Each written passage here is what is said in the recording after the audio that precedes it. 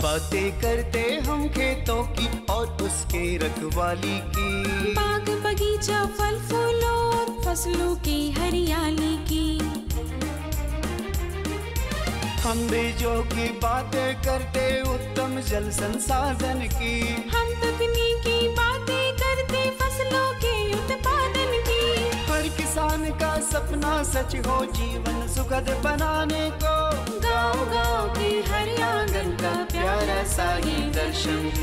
कृषि दर्शन, कृषि दर्शन, कृषि दर्शन, कृषि दर्शन, कृषि दर्शन, कृषि दर्शन, कृषि दर्शन, कृषि दर्शन। नमस्कार, जोहार। कृषि दर्शन कार्यक्रम में आप सभी किसान भाई बहनों का स्वागत है। मैं हूं नमिता। कार्यक्रम की शुरुआत हो चुकी है, तो बिना देर किए हम देखते हैं कृषि समाचार और जानते हैं मंडी में सब्जियों का भाव। नमस्कार, कृषि समाचार में आपका स्वागत है। मैं हूं शशि। आइए देखते हैं आज कृषि समाचार में क्या है खास। गुमला के पशुपालक केसीसी के लिए दे आवेदन। पिछले दिनों बीएयू में हुई वैज्ञानिक सलाहकार समिति की बैठक। झाड़ीदार बोदी के बेहतर उत्पादन के लिए लगाएं उन्नत प्रभेद पूसा कोमल। अब समाचार विस्तार से। गुमला जिला के पशुपालकों को किसान क्रेडिट कार्ड से जोड़ने की योजना है। इसके अंतर्गत सरकार द्वारा बैंकों के माध्यम से पशुपालन कार्य के लिए चारा दाना, पशु आहार की व्यवस्था करने और हरा चारा उत्पादन के लिए बैंकों द्वारा कार्यशील पूंजी के रूप में किसान क्रेडिट कार्ड की सुविधा प्रदान की जाएगी। इस योजना से लाभ लेने के लिए गुमला के पशुपालक अपने जिला गव्य विकास पदाधिकारी कार्यालय में 31 जुलाई तक आवेदन दे सकते हैं। बीते दिनों बिरसा कृषि विश्वविद्यालय के कृषि विज्ञान केंद्र में वैज्ञानिक सलाहकार समिति की बैठक हुई। इसमें ICAR पटना के डॉक्टर अंजनी कुमार ने कहा कि कृषि विज्ञान केंद्र के वैज्ञानिक वर्तमान परिवेश में बायो फोर्टिफाइड तकनीक और प्राकृतिक खेती के कार्यक्रमों को बढ़ावा दें। बीएयू के प्रसार शिक्षा निदेशक डॉक्टर जगन्नाथ उरांव ने केवीके के प्रसार शिक्षा कार्यक्रमों में किसान हित और उपयुक्त स्थानीय तकनीक को सर्वोच्च प्राथमिकता देने की सलाह दी। किसान भाइयों, आप धान की खेती करने जा रहे हैं तो श्री विधि से धान की खेती करें। धान की पारंपरिक बुआई विधि की तुलना में श्री विधि में लागत कम और उपज दुगनी होती है। SRI विधि या इसको हिंदी में श्री विधि भी बोलते हैं। ये धान उत्पादन की ऐसी तकनीक है जिसमें बहुत कम लागत में और बहुत ज़्यादा पैदावार किसान भाई ले सकते हैं, है ना। जैसे अभी तक जो आप परंपरागत ढंग से जो आप खेती कर रहे थे, यानी रोपा विधि से कर रहे थे, या फिर आप टाण ज़मीन में डायरेक्ट सीडेड पैडी लगाते थे, मतलब छिटवा धान जिसको बोलते हैं, तो छिटवा धान हो गया या जो रोपा वाला जो धान हो गया, उसमें जो लागत आती है उससे बहुत कम लागत में SRI विधि में किसान खेती कर सकते हैं और इनकी पैदावार जो है हमको लगता है कि रोपा से कम दुगनी मिलनी चाहिए। राज्य के जो किसान झाड़ीदार बोदी की खेती करना चाहते हैं वे पूरे जुलाई महीने तक फसल लगा सकते हैं। झारखंड में झाड़ीदार बोदी के बेहतर उत्पादन के लिए उन्नत प्रभेद CP4, अर्का गरिमा या पूसा कोमल लगाएं। झाड़ीदार बोदी की खेती के लिए अच्छी जल निकास वाली दोमट या हल्की चिकनी मिट्टी वाले खेत का चुनाव करें। झाड़ीदार बोदी की बुआई में 30 किलोग्राम बीज प्रति हेक्टेयर की दर से लगाएं। बुआई में कतारों के बीच 40 सेंटीमीटर और पौधों के बीच 10 सेंटीमीटर की दूरी रखें। अच्छी उपज के लिए उन्नत प्रभेद CP4, अर्का गरिमा या पूसा कोमल लगाएं। इनकी उत्पादन क्षमता 50 से 60 क्विंटल प्रति हेक्टेयर है। डच हो एक ऐसा कृषि उपकरण है जो खेतों में नाली बनाने, मेड़ बनाने और फसलों की निकाई गुड़ाई करने के लिए काफ़ी उपयोगी है। इस मौसम में विभिन्न फसलों की खेती के लिए डच हो का उपयोग कर सकते हैं। डच हो की कार्य क्षमता 12 से 15 डिसमिल प्रतिदिन है। आइए जानते हैं लतेदार सब्जी फसलों में फल छेदक कीटों की रोकथाम कैसे करें। किसान भाइयों, लतेदार सब्जी फसलों में फूल लगने के 10 दिन बाद नीम सीड पाउडर एक्सट्रैक्ट 4% दवा या एंडोस्कार्ब दवा आधा मिलीलीटर प्रति लीटर पानी की दर से घोल बनाकर फसल पर छिड़काव करें। 10-10 दिनों के अंतराल पर 2 छिड़काव करें। इससे फल छेदक कीटों पर नियंत्रण हो जाएगा। और अब एक नजर राज्य के 5 प्रमुख शहरों के मौसम के मिजाज पर। आज राज्य के 5 प्रमुख नगरों के अधिकतम और न्यूनतम तापमान कुछ इस प्रकार दर्ज किए गए। रांची का अधिकतम तापमान 29 डिग्री सेल्सियस और न्यूनतम 21 डिग्री सेल्सियस। जमशेदपुर का अधिकतम तापमान 34 डिग्री सेल्सियस और न्यूनतम 27 डिग्री सेल्सियस। मेदिनीनगर का अधिकतम तापमान 35 डिग्री सेल्सियस और न्यूनतम 24 डिग्री सेल्सियस। देवघर का अधिकतम तापमान 34 डिग्री सेल्सियस और न्यूनतम 24 डिग्री सेल्सियस। धनबाद का अधिकतम तापमान 33 डिग्री सेल्सियस और न्यूनतम 27 डिग्री सेल्सियस दर्ज किया गया। कृषि समाचार में आज इतना ही। अगले दिन अगले अंक में फिर मुलाकात होगी कुछ ताज़ा तरीन खबरों के साथ। तब तक के लिए दीजिए इजाजत। नमस्कार, जोहार। अभी आप देख रहे थे कृषि समाचार, जहां खेती बाड़ी से जुड़ी ढेरों जानकारियां आपने ली। मंडी का भाव, मौसम का मिजाज, नीति, तकनीक, उपकरण के बारे में जाना। बातें यूं ही आपके साथ करते रहेंगे, लेकिन उससे पहले लेते हैं ये छोटा सा विराम। भारत सरकार का हर प्रयास किसानों को दे रहा है एक नई आस। देश के किसानों की खुशहाली और उन्हें आत्मनिर्भर बनाने के लिए भारत सरकार समर्पित है।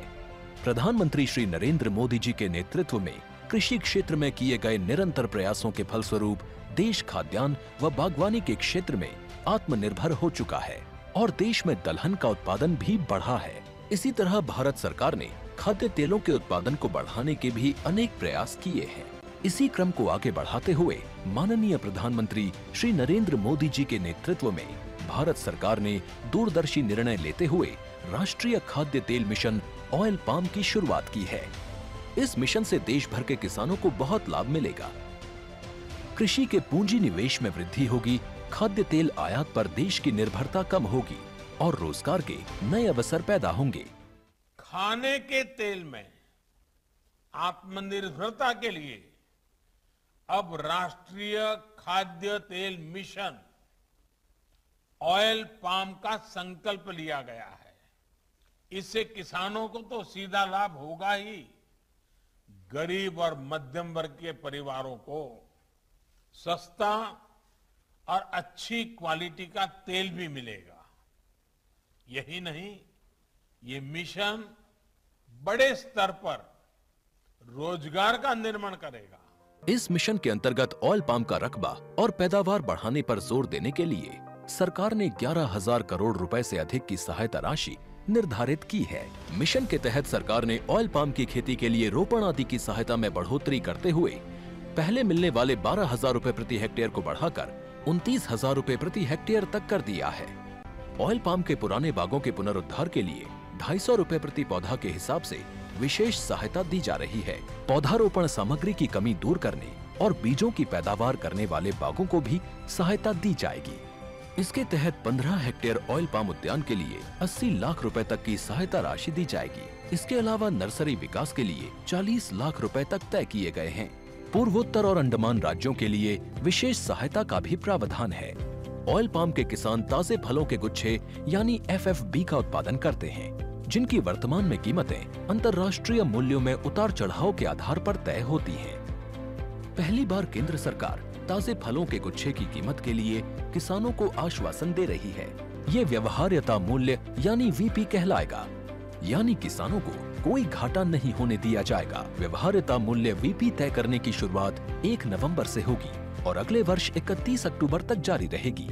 इसे ऑयल पाम वर्ष कहा जाएगा। इस योजना के तहत वर्ष 2025-26 तक ऑयल पाम का रकबा 6.5 लाख हेक्टेयर सृजित करने और कच्चे ऑयल पाम की पैदावार वर्ष 2025-26 तक 11.20 लाख टन पहुंचाने का लक्ष्य निर्धारित किया गया है। सरकार के इस महत्वपूर्ण निर्णय से देश में ऑयल पाम की खेती करने वाले किसानों में विश्वास पैदा होगा और वे खेती का रकबा बढ़ाएंगे। इस तरह पाम ऑयल का उत्पादन भी बढ़ेगा, जिससे किसानों की आय बढ़ेगी और ग्रामीण अर्थव्यवस्था भी सुदृढ़ होगी।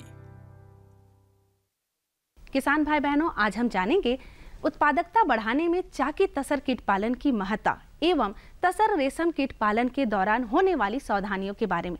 तो बिना देर किए चलिए सीधा चलेंगे स्टूडियो, जहां हमारे विशेषज्ञ हमारे साथ जुड़ चुके हैं, जो आपको बताएंगे कि ये चाकी क्या है, किस स्टेज को चाकी कहा जाता है। तो सबसे पहले जानते हैं इसकी महत्ता के बारे में और इसकी सावधानियों के बारे में।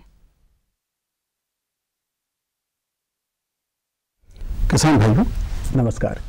कृषि दर्शन के आज के इस अंक में आप सभी का स्वागत है। किसान भाइयों, तसर उत्पादन की दृष्टि से झारखंड भारत का अग्रणी राज्य है। इस राज्य में सर्वाधिक तसर का उत्पादन किया जाता है। कई तरह के तसर का उत्पादन किया जाता है इस राज्य में। इनमें से चाकी तसर उत्पादन का एक अलग महत्व है। चाकी तसर उत्पादकता बढ़ाने के लिए क्या इसका महत्व है और साथ ही साथ आप तसर उत्पादन के दौरान क्या क्या सावधानियां रखें, आज इसी विषय पर हमारी बातचीत होगी। इस विषय पर बातचीत करने के लिए हमारे साथ स्टूडियो में मौजूद हैं डॉक्टर कर्मवीर जेना। डॉक्टर कर्मवीर जेना केंद्रीय तसर अनुसंधान एवं प्रशिक्षण संस्थान पिस्का नगड़ी में बतौर वैज्ञानिक कार्यरत हैं। डॉक्टर साहब, इस कार्यक्रम में आपका स्वागत है। नमस्कार। किसान भाइयों, तमाम जानकारियां हम आप तक पहुंचाएंगे, आप हमारे साथ जुड़े रहिए।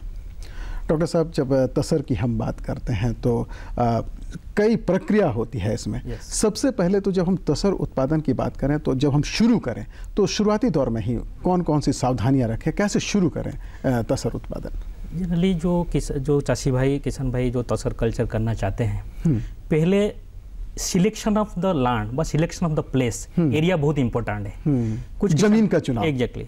कुछ किसान भाई ऐसे जाके कोई भी जंगल में कहीं भी ब्रशिंग कर देते हैं, उसमें नुकसान होता है। तो एरिया सिलेक्शन, जहाँ वाटर लॉगिंग एरिया नहीं है, जहाँ पानी नहीं जम रहा है, ऐसे एरिया को सिलेक्शन करना चाहिए। जहाँ इमीडिएटली बारिश के बाद पानी निकल जाए एलिवेटेड लैंड में, उसको सिलेक्शन करना बहुत इंपॉर्टेंट है। जगह सिलेक्शन के बाद फूड प्लांट, जैसे हम जानते हैं टसर का जो किट होता है असुन, अर्जुन और साल का पौधा खाता है, उसी एरिया में पौधा होना बहुत जरूरी है।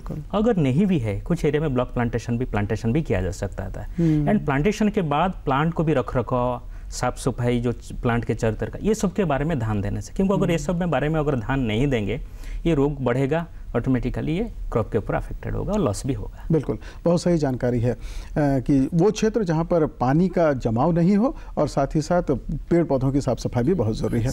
डॉक्टर साहब, आज हम विशेष तौर पर चाकी तसर की बात कर रहे हैं, तो इस चाकी तसर की जब बात करते हैं तो चाकी तसर है क्या, कैसे समझे चाकी तसर क्या है? ये बहुत सिंपल बात है। जनरली जो टसर सिल्कवर्म है, उसको जो लार्वाल पीरियड है 5 स्टेज में विभक्त किया गया। प्रथम और द्वितीय, जो छोटा व शैशव अवस्था को हम चकी अवस्था व शैशव कीड़ा को बोलते हैं, और तृतीय, चतुर्थ एवं पंचमा अवस्था को लेट एज रेजिंग व परिपक्व कीड़ा को बोलते हैं। जो शुरुआत में जो प्रथम और द्वितीय स्टेज को जो सिल्कवर्म है, उसको चकी सिल्कवर्म बोलते हैं। अच्छा, तो चाकी सिल्कवर्म जो आप बता रहे हैं, तो इस दौरान तो बहुत तरह की सावधानियां किसान भाइयों को रखना पड़ता होगा, क्योंकि अगर शुरुआती दौर में ही अगर उसको ध्यान नहीं दें तो बहुत मुश्किल हो सकता है।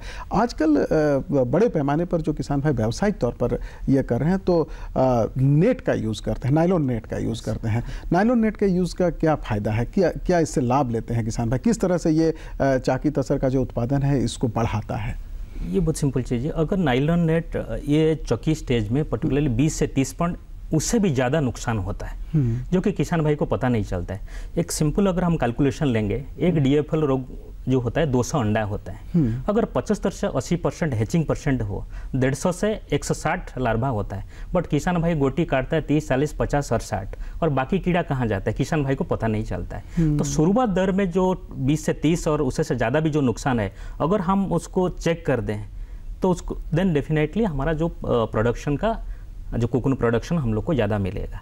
तो उसके लिए हम जो CTRNT द्वारा डेवलप किया गया जो टेक्नोलॉजी, दैट इज चक्की नाइलॉन, चक्की रियरिंग अंडर नाइलॉन नेट, उसको हम लोग फार्मर्स को और जो एंटरप्रेन्योर को भी हम सजेस्ट करते हैं उसी में रियरिंग करिए, ताकि जो हमारा लॉस हो रहा है उसको हम बचा जा सके और प्रोडक्शन हमारा बढ़े। ये चक्की जो नाइलॉन नेट है, ये एक जाली तरीका प्लास्टिक का नेट। बिल्कुल, वही हम जानना चाह रहे थे कि किस तरह का नाइलॉन होता है, क्योंकि बहुत सारे किसान भाई इस बात को भी जानना चाहेंगे जो हमारे साथ पहली बार जुड़ रहे हैं कि किस तरह का नाइलॉन होता है, उसका आकार क्या होता है, ये भी एक महत्वपूर्ण हिस्सा है। ये जो चक्की नाइलॉन नेट का आकार generally 30 feet, 40 feet and 10 feet height का होता है, और उसके अंदर जनरली एक किसान भाई 200 से 225 DFL का रेयरिंग कर सकता है चक्की स्टेज तक, अप टू सेकेंड स्टेज तक। तो ये कितने समय तक ये काम करता है? एक बार हम लगा दिया तो कितने समय तक इसका उपयोग हो सकता है? एक बार अगर आपने नेट एक बार खरीद दिया 4 से 5 साल तक जाएगा, बट जनरली जो चक्की स्टेज प्रथम और द्वितीय सप्ताह 4 से 5 दिन तक आप उसके अंदर रियरिंग कर सकते हैं। उसके बाद हम सजेस्ट करते हैं कीड़ा को बाहर कर देने के लिए। अच्छा, तो ये जो हम लगाते हैं, जो नेट हम जो लगाए, तो इससे क्या क्या लाभ हुआ, किस तरह का लाभ उससे? जनरली जो शैशवावस्था में जो नुकसान होता है चींटी से, पेस्ट एंड प्रीडेटर से, झड़ी तूफान से, तो ये सबको नेट ही बचाएगा। क्योंकि अगर नेट के अंदर झड़ी तूफान आया, एटलीस्ट ये उसको प्रोटेक्ट करेगा और ये कीड़ा को ऊपर कोई इफेक्ट करने नहीं देगा। पेस्ट एंड जो प्रीडेटर है, चिड़िया हैं, ये आके खा जाते हैं, तो उससे से भी बचाएगा। ये सबसे ज़्यादा नुकसान हो सकता है। उसी में अगर हम लॉस को रोक दें तो थ्रू द नेट, देन हमारा प्रोडक्शन ही बढ़ेगा। बिल्कुल। तो कई बार तो डॉक्टर साहब ऐसा भी हो सकता है कि उसके अंदर है तो कई तरह का संक्रमण का भी संभावना हो सकता है, तो अगर संक्रमण हो जाए तो विसंक्रमण करने के लिए क्या करना चाहिए? जनरली किसान भाई को हम सजेस्ट करते हैं चक्की रियरिंग पहले, जहाँ आपने चक्की बगीचा बनाया, जनरली चक्की बगीचा के लिए कुछ सावधानियां है। जनरली जहाँ चक्की रियरिंग नेट लगाएंगे, क्योंकि प्लांट का हाइट 10 फीट है, तो जनरली हम सजेस्ट करते हैं 3 से 4 फीट हाइट में प्लांट को प्रूनिंग एंड फ्लडिंग कर दीजिए। करने के बाद उसको जो जहाँ चक्की गार्डन हम बनाएंगे, साफ सुथरा जो घास है उसको हटा देना चाहिए, और चींटी का घोंसला नहीं होना चाहिए, टर्माइट का घोंसला नहीं होना चाहिए, ये सबको भी देखना है।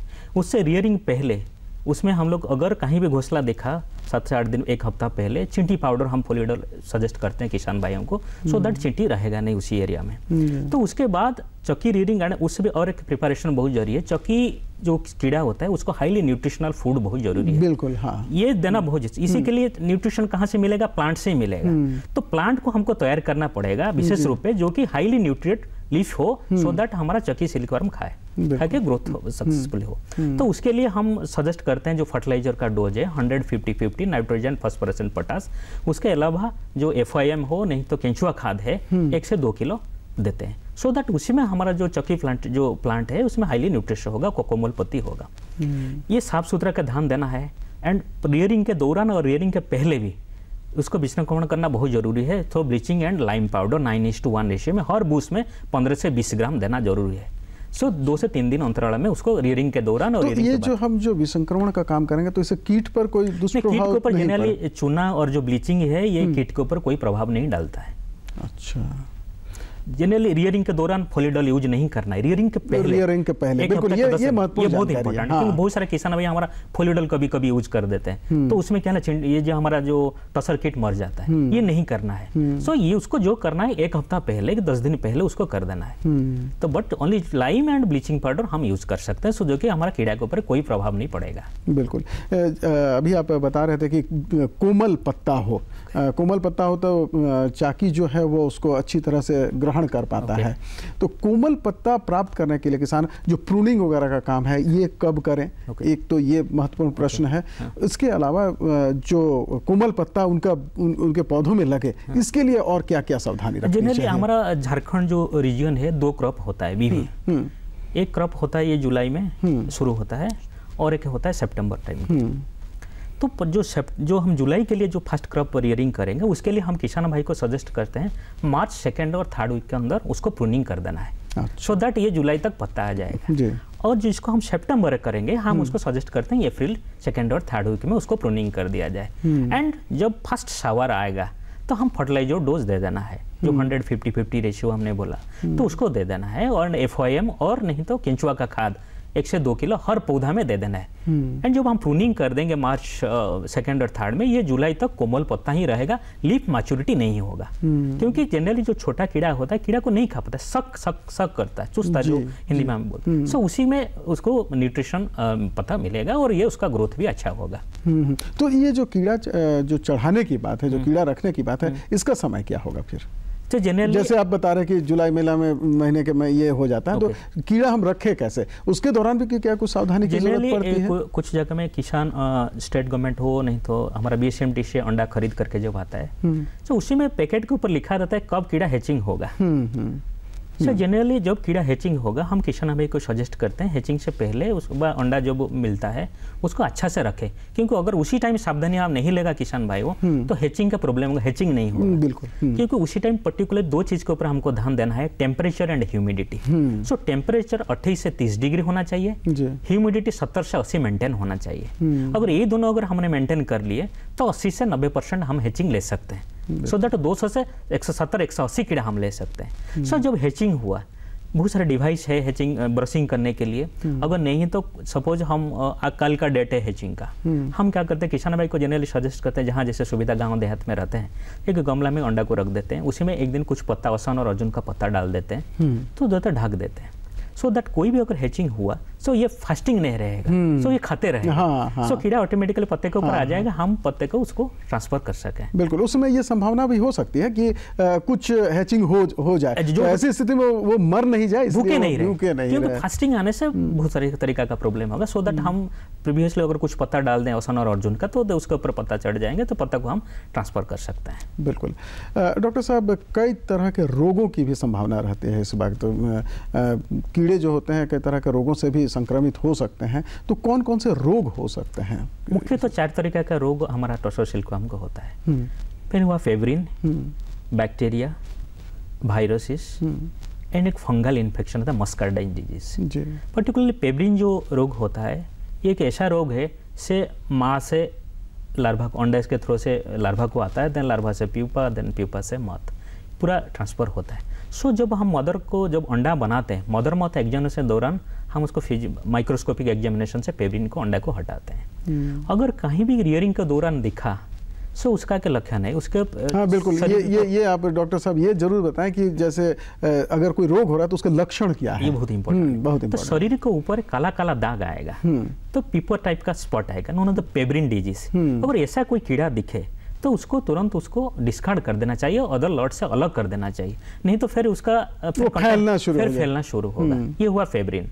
एंड हुआ एक बैक्टीरिया। अगर बैक्टीरिया अगर होगा तो उसका जो लक्षण है चेन टाइप ऑफ एक्सक्रिएटा आपको दिखेगा, एनल प्रोट्रूजन दिखेगा, रेक्टल प्रोट्रूजन होगा। तो ऐसा अगर बैक्टीरिया होगा, बैक्टीरिया के लिए सिटेरेंटो द्वारा दवा डेवलप किया गया, that is leaf surface microbes. तो उसको जनरली जो फास्ट मोल्ड के बाद हम सजेस्ट करते हैं किसान भाइयों को उसको स्प्रे करने के लिए। अगर उसको स्प्रे करेंगे तो ये आगे बैक्टीरियोसिस को रुकेगा। और ये हुआ कि वेरी इंपॉर्टेंट वायरस, उसमें भी काफी नुकसान होता है। वायरसेस में क्या होगा, कीड़ा उल्टा लटक जाएगा, मुंह नीचे कर देगा, ऊपर से होकर लटकता रहेगा। तो उसके लिए भी सिटेरेंटेड द्वारा दवा डेवलप किया गया, दैट नोन एज द जीवन सुधा। उसको भी first stage, second stage and third stage में उसको भी प्रयोग करना, स्प्रे करना चाहिए। अगर किसान भाई ये सब को स्प्रे करेगा तो वायरस का बीमारी कम फैलेगा। तो बहुत बार देखा जाए कम ना, जब मैक्सिमम जब स्प्रेड कर जाएगा तब किसान हाहाकार मचता है ना। अगर पहले हम प्रोफाइलिटिक मेजरमेंट लेंगे तो जीवन सुधा और एलएसएम करेंगे अगर बैक्टीरियोसिस के लिए, तो रोग कम होगा। और एक पर्टिकुलरली मस्कार्डाइन फंगल इन्फेक्शन बहुत कम लगता है, उसके लिए भी एक दवा डेवलप है टसर कीट औषध, उसको अगर हम छिड़काव करेंगे तो कीड़ा के ऊपर, ये भी रोकथाम रुकेगा। तो आमतौर पर जो दवाइयों का नाम बोल रहे हैं कि ये बाजार में उपलब्ध है? ये बाजार में उपलब्ध है, और आजकल जो गवर्नमेंट का जो जेम पोर्टल है उसमें भी उपलब्ध है। और ये मात्रा किसान भाई कैसे समझें कि कितनी मात्रा में देना चाहिए, क्या करना चाहिए, क्या उसका भी कुछ रिकमेंडेशन रहता है? रिकमेंडेशन पूरा है, जहाँ से जो मेडिसिन है उसके ऊपर क्लियर भी लिखा होता है, और कब उसको स्प्रे करना है ये भी लिखा जाता है, कितनी बार स्प्रे करना है, एवरीथिंग पूरा डिटेल के साथ पूरा उसके ऊपर दिया जाता है, लीफलेट्स। बिल्कुल। ये तो बात हो गई कि पूरा जो आपने प्रक्रिया बताया नायलॉन नेट से लेकर अभी तक जो रोग या भुज ये है, इसके बाद जब तैयार हो जाता है अंडा, ठीक है, जब तैयार करने की बात है, जब पूरा ये पौधा ये होता है, उसके बाद फिर उसकी आगे की भी एक कुछ प्रक्रिया है। तो उस दौरान कोई नुकसान नहीं हो, मतलब तैयार हो जाए, अंडे निकल जाएं, उसमें उससे उत्पादन ज़्यादा हो, क्योंकि हमारा विषय ही है कि हमको उत्पादन ज़्यादा मिले। तो उसके लिए फिर हम क्या क्या करें? ये तो आपने जो बताया कि ज़्यादा से ज़्यादा अंडे होंगे, अब ये अंडे हमारे सुरक्षित रहें और उससे हमको मिल सके ज़्यादा उत्पादन, इसके लिए किसान भाइयों को क्या करना चाहिए? अगर उत्पादन का बढ़ाने के लिए हमको हर स्टेज में ध्यान देना पड़ेगा। जैसे हमने बोला हैचिंग से लेकर हैचिंग के टाइम पर टेम्परेचर, ह्यूमिडिटी को ध्यान देना है। शैशव अवस्था में हम कैसे जैसा नुकसान नहीं हो, जैसे पेस्ट एंड प्रेडेटर जैसा नुकसान नहीं करे, उसको उस पर ध्यान देना है। रोकथाम के लिए, रोग जैसे नहीं फैले उसके लिए भी, जिसमें विभिन्न दवाई और डिसइंफेक्शन प्रोसेस हमने बताया। उसके बाद में जो लेट एज स्टेज में उसको थोड़ा और एक ध्यान देना पड़ेगा। पर्टिकुलरली किसान भाई क्या करता है, एक पेड़ में ज्यादा कीड़ा संख्या में छोड़ देता है। नहीं, ये महत्वपूर्ण है, डेंसिटी को ध्यान देना चाहिए, क्योंकि एक कीड़ा पूरा जीवन काल में 200 से 250 ग्राम पत्ता खाता है। सो हमको एक अंदाजा कर लेना चाहिए कि हम कितना कीड़ा चढ़ा है, जैसे क्योंकि ये हुआ वाइल्ड एनिमल, उसको जितना कम आप टच करेंगे इतना बेहतरीन है। ये जितना सो हमको ट्रांसफर जैसे कम करने पड़े उसी के ऊपर ध्यान देना। सो हम अगर डेंसिटी को जनरली जैसे 200-250 ग्राम पत्ता खाता है, तो हिसाब से अगर हम ब्रशिंग करते रहें, कीड़ा को ट्रांसफर करते रहें, हमको ज़्यादा एक पेड़ से दूसरा ट्रांसफर करना नहीं पड़ेगा। पाएगा, this is one. And second thing, बहुत बार देखा जाता है किसान भाई क्या करता है, जब पत्ता खत्म होता है, कीड़ा जब नीचे आता है तब जाके शिफ्टिंग ट्रांसफर करता है। ये नहीं होना चाहिए, क्योंकि पेड़ को भी तो सर्वाइव के लिए 20% लीफ हमको छोड़ना चाहिए, पूरा 100% कंजप्शन नहीं करना चाहिए, और कीड़ा भूखे भी नहीं रहना है, ये सबको ध्यान है। एंड पर्टिकुलरली कीड़ा जब एक स्टेज से दूसरा स्टेज को जाता है, एक स्टेप आता है मोल्टिंग। मोल्टिंग के टाइम पर कीड़ा खाता नहीं, मुंह फुला के बैठा रहता है। अच्छा। क्योंकि ये बहुत जरूरी है कीड़ा के लिए, अगर मोल्टिंग नहीं होगा तो ग्रोथ नहीं होगा। तो मोल्टिंग स्टेज में जैसे हम ट्रांसफर नहीं करें, कीड़ा को नहीं छुएं, उसमें ध्यान देना है, टच नहीं करना है। एंड मोल्टिंग के बाद और एक प्रोसेस है स्पिनिंग, जब कुकुन बनाना शुरू हो जाता है, उसी टाइम बहुत सारे लोग क्या करते हैं, क्योंकि हमारा कैलकुलेशन नहीं है कितना ब्रशिंग करेंगे, इस ट्रांसफर करना शुरू करते हैं। उसमें क्या होगा, धागा टूटता है, और अच्छा से स्पिनिंग नहीं करेगा तो नेक्स्ट जो रीलर को ही प्रॉब्लम होगा। तो उसी टाइम को भी काफी ध्यान देना बहुत जरूरी है। एंड सेकंड थिंग, जब कुकुन हो जाता है, बहुत सारे किसान भाई सफेद दिखा काटना शुरू कर देते हैं। कैसे समझे, ये उसको आपको देखना चाहिए हार्ड हुआ है कि नहीं। कुकुन थोड़ा अगर आप दबाएंगे हार्ड लगेगा, तब समझेंगे हाँ ये कुकुन मेरा बन गया, मैं उसको हार्वेस्ट करूं। This is thing. एंड कीड़ा जो कुकुन बनाएगा, कुकुन बनाने से पहले कुछ लक्षण दिखाएगा, गट पर्जिंग करेगा, लीटर सब छोड़ देगा। आप अगर पीछे तरफ को दबाएंगे ना, आपको लगेगा नरम नरम, उसका मतलब ये स्पिनिंग के लिए रेडी है। तो ये सब बारे में अगर थोड़ा सा किसान भाई अगर ध्यान देंगे तो डेफिनेटली हमारा उत्पादक बढ़ेगा। बिल्कुल। क्या संदेश देना चाहेंगे हमारे किसान भाइयों को कि वो कैसे जुड़े इसमें? मैं किसान भाई को संदेश देना चाहता हूँ, जैसे गवर्नमेंट ऑफ इंडिया का जो समय समय पर जो प्रोग्राम चलता है, ट्रेनिंग प्रोग्राम जो सब चलता है, इस सब में जुड़े, उसका लाभ उठाएं, और जो दिया जाता है जानकारी व इंस्ट्रक्शन जो दिया जाए उसको फॉलो करें। किसान भाई कभी कभी देखा देते हैं नहीं, ये अपना अंदाज से ही एक करते हैं, ये सब को नहीं करके अगर वैज्ञानिक आपके यहाँ तो प्रशिक्षण की भी व्यवस्था है। प्रशिक्षण की भी व्यवस्था है। अगर वैज्ञानिक तरीका से उसको जो रेशम का कीट पालन करे, जरूर जाता निश्चित लाभवान होंगे। बिल्कुल। किसान भाइयों, अगर आप तसर कीट का पालन कर रहे हैं तो निश्चित रूप से आपको जो जानकारी आज डॉक्टर कर्मवीर जेना ने दी है वो निश्चित रूप से आपके लिए बहुत लाभदायक होगा। आप इनकी जानकारियों का लाभ उठाएं, आपकी फसल अच्छी हो, इस शुभकामना के साथ कृषि दर्शन की पूरी टीम को दीजिए इजाजत। अगले कार्यक्रम में फिर होगी आपसे मुलाकात। डॉक्टर साहब, आप हमारे कार्यक्रम में इसके लिए आपका बहुत बहुत धन्यवाद। किसान भाइयों, आज से भी चाहेंगे इजाजत। नमस्कार।